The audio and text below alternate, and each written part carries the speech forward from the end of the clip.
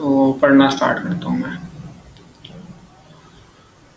اعوذ باللہ من الشیطان الرجیم، بسم اللہ الرحمن الرحیم۔ ان اللہ یأمر بالعدل والإحسان وإیتاء ذی القربى وینہی عن الفحشاء والمنکر والبغی یعظکم لعلکم تذکرون۔ بے شک اللہ انصاف کا، احسان کا اور رشتہ داروں کو ان کے حقوق دینے کا حکم دیتا ہے، اور بے حیائی اور بدی اور ظلم سے روکتا ہے۔ وہ تمہیں نصیحت کرتا ہے تاکہ تم نصیحت قبول کرو۔ وَأَوْفُوا بِعَهْدِ اللَّهِ إِذَا عَاهَدتُّمْ وَلَا تَنقُضُوا الْأَيْمَانَ بَعْدَ تَوْكِيدِهَا وَقَدْ جَعَلْتُمُ اللَّهَ عَلَيْكُمْ كَفِيلًا إِنَّ اللَّهَ يَعْلَمُ مَا تَفْعَلُونَ۔ اور جب تم نے کوئی معاہدہ کیا ہو تو اللہ سے کیے ہوئے عہد کو پورا کرو، اور قسموں کو پختہ کرنے کے بعد انہیں نہ توڑو، جبکہ تم اپنے اوپر اللہ کو گواہ بنا چکے ہو۔ تم جو کچھ کرتے ہو یقیناً اللہ اسے جانتا ہے۔ وَلَا تَكُونُوا كَالَّتِي نَقَضَتْ غَزْلَهَا مِن بَعْدِ قُوَّةٍ أَنْكَاثًا تَتَّخِذُونَ أَيْمَانَكُمْ دَخَلًا بَيْنَكُمْ أَنْ تَكُونُوا أُمَّةٌ هِيَ أَرْبَىٰ مِنْ أُمَّةٍ إِنَّمَا يَبْلُوكُمُ اللَّهُ بِهِ وَلَيُبَيِّنَنَّ لَكُمْ يَوْمَ الْقِيَامَةِ مَا كُنْتُمْ فِيهِ تَخْتَلِفُونَ۔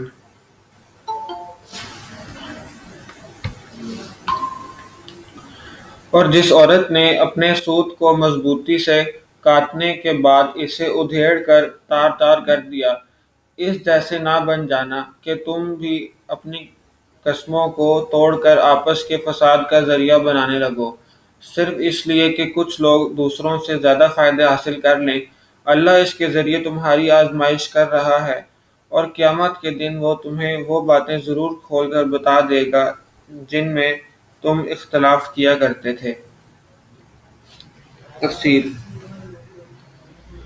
روایت میں ہے کہ مکہ مکرمہ میں ایک دیوانی عورت تھی جسے خرقہ کہتے تھے۔ وہ بڑی محنت سے دن بھر سوت کاٹتی تھی اور شام کو اسے ادھیڑ ڈالتی تھی۔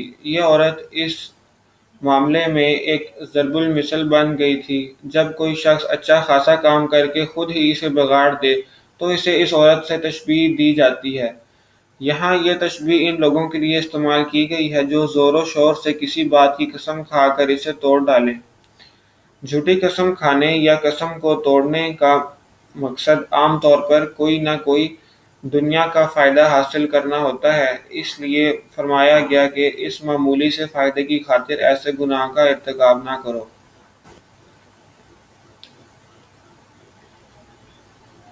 ایک منٹ صرف میں چارجر پہ لگا دوں ہیڈ فون۔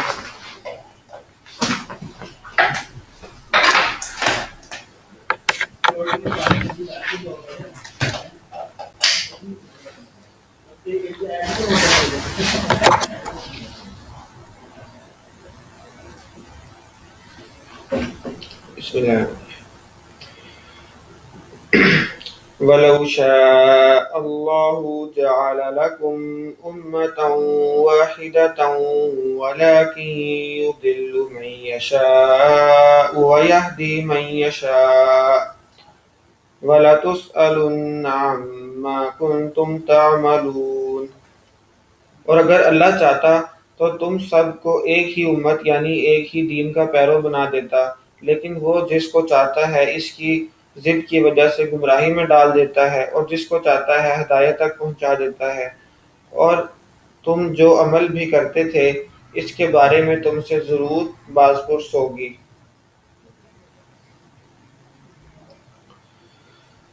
وَلَا تَتَّخِذُوا أَيْمَانَكُمْ دَخَلًا بَيْنَكُمْ فَتَزِلَّ قَدَمٌ بَعْدَ ثُبُوتِهَا وَتَذُوقُوا السُّوءَ بِمَا صَدَدتُّمْ عَنْ سَبِيلِ اللَّهِ وَلَكُمْ عَذَابٌ عَظِيمٌ۔ اور تم اپنی قسموں کو آپس میں فساد ڈالنے کا ذریعہ نہ بناؤ، جس کے نتیجے میں کسی اور کا پاؤں جمنے کے بعد پھسل جائے، پھر تمہیں اس کو اللہ کے راستے سے روکنے کی وجہ سے بری سزا چکھنی پڑے، اور تمہیں ایسی صورت میں بڑا عذاب ہوگا۔ تفسیر: یہ قسم کو توڑنے کا ایک اور نقصان بیان فرمایا جا رہا ہے، اور وہ یہ ہے کہ جب تم قسم توڑو گے تو عین ممکن ہے کہ تمہیں دیکھ کر کوئی اور شخص بھی اس گناہ پر مادہ ہو جائے۔ پہلے تو اس کے پاؤں جمے ہوئے تھے، تمہیں دیکھ کر وہ پھسل گیا، تو چونکہ تم اس کے گناہ کا سبب بنے، تمہیں دوہرا گناہ ہوگا، کیونکہ تم نے اس کو اللہ تعالیٰ کے راستے سے روکا۔ یعنی اس میں یہ بات بتائی جا رہی ہے کہ اگر کوئی غلط کام ہے تو ویسے پبلکلی یا کسی کے سامنے نہ کریں گے، کوئی اور بھی اس کو دیکھ کے غلط غلطی ہے۔ وَلَا تَشْتَرُوا بِعَهْدِ اللَّهِ ثَمَنًا قَلِيلًا إِنَّمَا عِندَ اللَّهِ هُوَ خَيْرٌ لَكُمْ إِن كُنتُمْ تَعْلَمُونَ۔ اور اللہ کے عہد کو تھوڑی سی قیمت میں نہ بیچ ڈالو، اگر تم حقیقت سمجھو تو جو اجر اللہ کے پاس ہے وہ تمہارے لیے کہیں زیادہ بہتر ہے۔ مَا عِندَكُمْ يَنْفَدُ وَمَا عِندَ اللَّهِ بَاقٍ وَلَنَجْزِيَنَّ الَّذِينَ صَبَرُوا أَجْرَهُمْ بِأَحْسَنِ مَا كَانُوا يَعْمَلُونَ۔ جو کچھ تمہارے پاس ہے وہ سب ختم ہو جائے گا، اور جو کچھ اللہ کے پاس ہے وہ باقی رہنے والا ہے، اور جن لوگوں نے صبر سے کام لیا ہوگا ہم انہیں ان کے بہترین کاموں کے مطابق ان کا اجر ضرور عطا کریں گے۔ تفسیر: پہلے کئی بار عرض کیا جا چکا ہے کہ قرآن کریم کی اصطلاح میں صبر کا مفہوم بہت وسیع ہے۔ اپنی نفسانی خواہشات کو دبا کر اللہ تعالیٰ کے احکام کی پابندی کو بھی صبر کہا جاتا ہے، اور کسی تکلیف کے موقع پر اللہ تعالیٰ کے فیصلے پر کوئی شکایت نہ کی جائے تو وہ بھی صبر ہے۔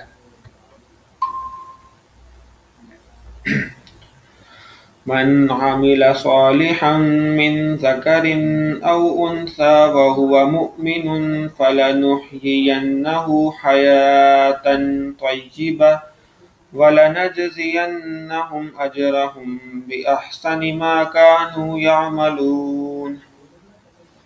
جس شخص نے بھی مومن ہونے کی حالت میں نیک عمل کیا ہوگا، چاہے وہ مرد ہو یا عورت، ہم اسے پاکیزہ زندگی بسر کرائیں گے، اور ایسے لوگوں کو ان کے بہترین اعمال کے مطابق ان کا اجر ضرور عطا کریں گے۔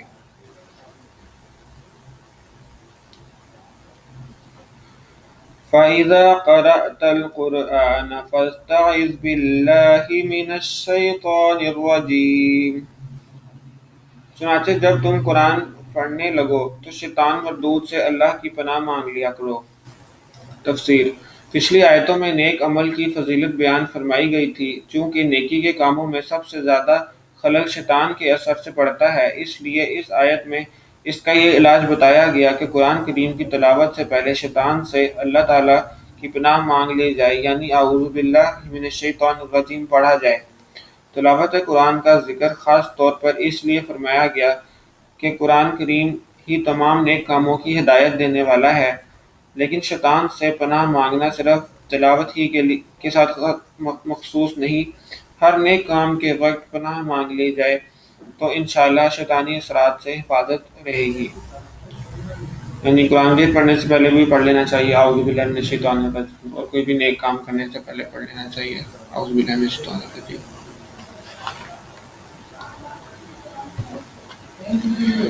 إِنَّهُ لَيْسَ لَهُ سُلْطَانٌ عَلَى الَّذِينَ آمَنُوا وَعَلَى رَبِّهِمْ يَتَوَكَّلُونَ۔ اس کا بس ایسے لوگوں پر نہیں چلتا جو ایمان لائے ہیں اور اپنے پروردگار پر بھروسہ رکھتے ہیں۔ یعنی بتایا جا رہا ہے کہ شیطان کا بس ان لوگوں پر نہیں چلتا جو ایمان لائے ہیں اور اپنے پروردگار پر بھروسہ رکھتے ہیں۔ انما سلطانه على الذين يتولونه والذين هم به مشركون۔ اس کا بس تو ان لوگوں پر چلتا ہے جو اسے دوست بناتے ہیں اور اللہ کے ساتھ شرک کا ارتکاب کرتے ہیں۔ یعنی شیطان کا بس ان لوگوں پر چلتا ہے جو شیطان کو دوست بناتے ہیں اور اللہ کے ساتھ شرک کا ارتکاب کرتے ہیں، نعوذ باللہ۔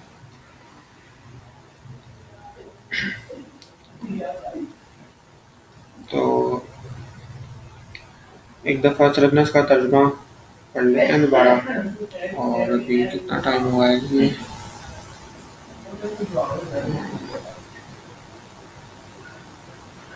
یہاں سے بسم اللہ۔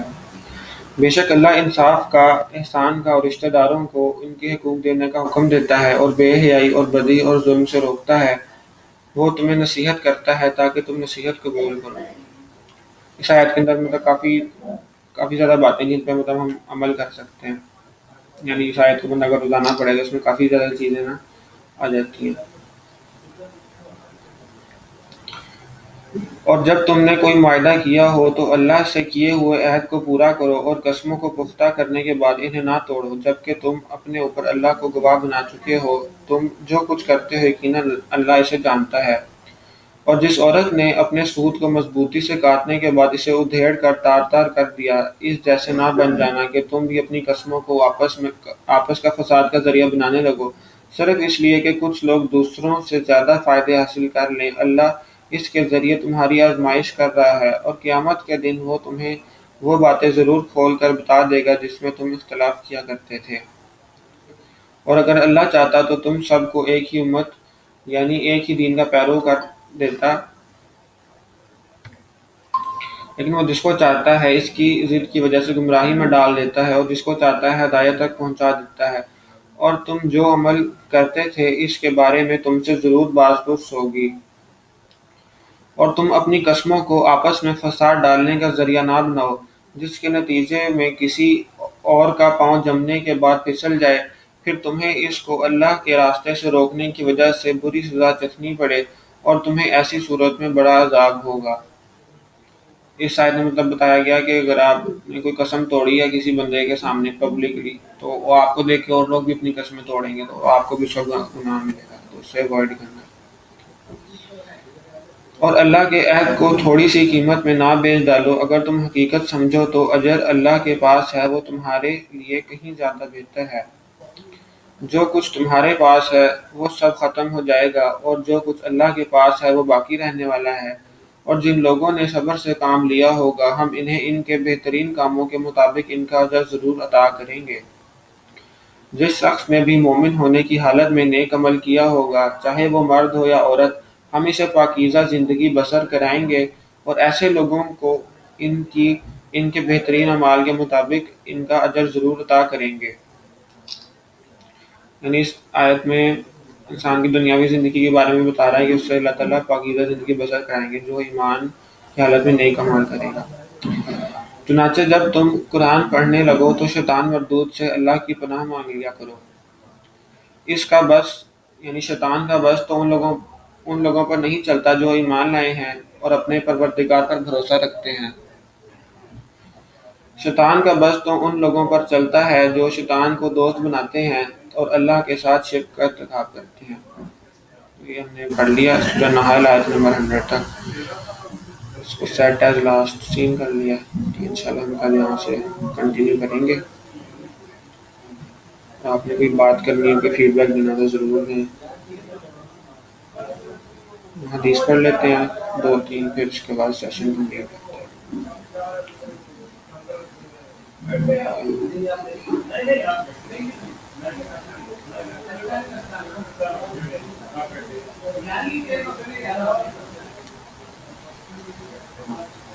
حضرت ابو ہریرہ رضی اللہ عنہ بیان کرتے ہیں رسول اللہ صلی اللہ علیہ وسلم نے فرمایا، جس شخص نے علم کے بغیر فتویٰ دیا تو اس کا گناہ اس فتویٰ دینے والے پر ہے، اور جس شخص نے اپنے مسلمان بھائی کو کسی معاملے میں مشورہ دیا حالانکہ وہ جانتا ہے کہ بھلائی و بہتری اس کے علاوہ کسی دوسری صورت میں ہے، تو اس نے اس سے خیانت کی۔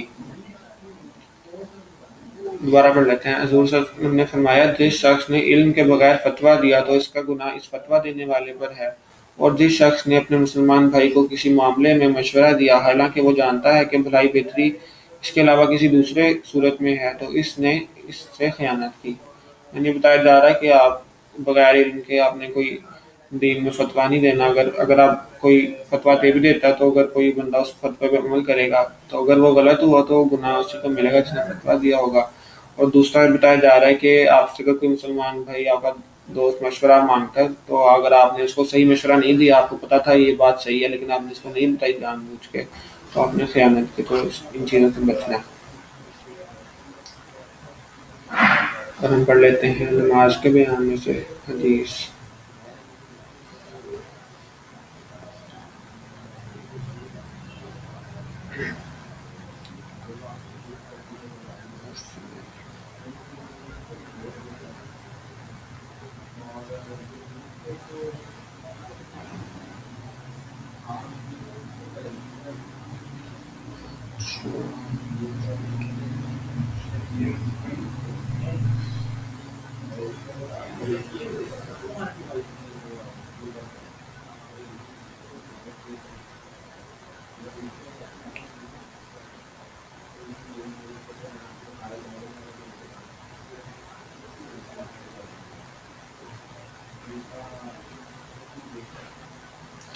حضرت ابو سعید رضی اللہ عنہ سے ظہر کے متعلق بخاری کی روایت میں ہے، کیونکہ گرمی کی شدت جہنم کی بھاپ کی وجہ سے ہے۔ جہنم نے اپنے رب سے شکایت کرتے ہوئے عرض کیا، میرے رب، میرے بعض حصے نے بعض کو کھا لیا۔ چنانچہ اللہ نے اسے دو سانس، ایک سانس موسم سرما میں اور ایک سانس موسم گرما میں لینے کی اجازت فرمائی۔ تم جو زیادہ گرمی اور زیادہ سردی پاتے ہو وہ اسی وجہ سے ہے۔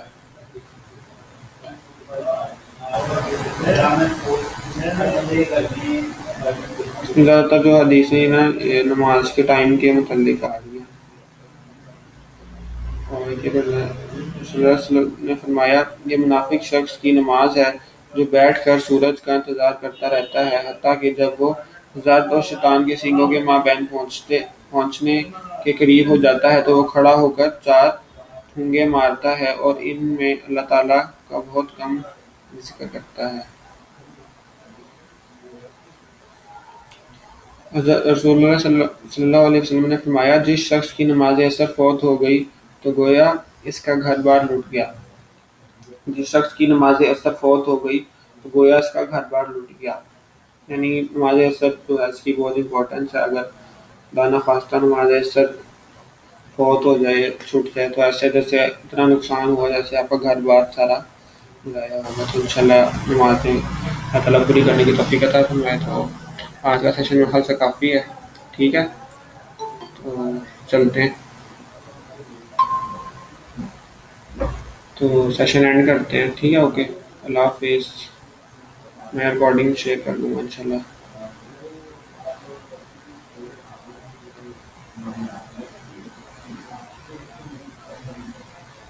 اللہ حافظ۔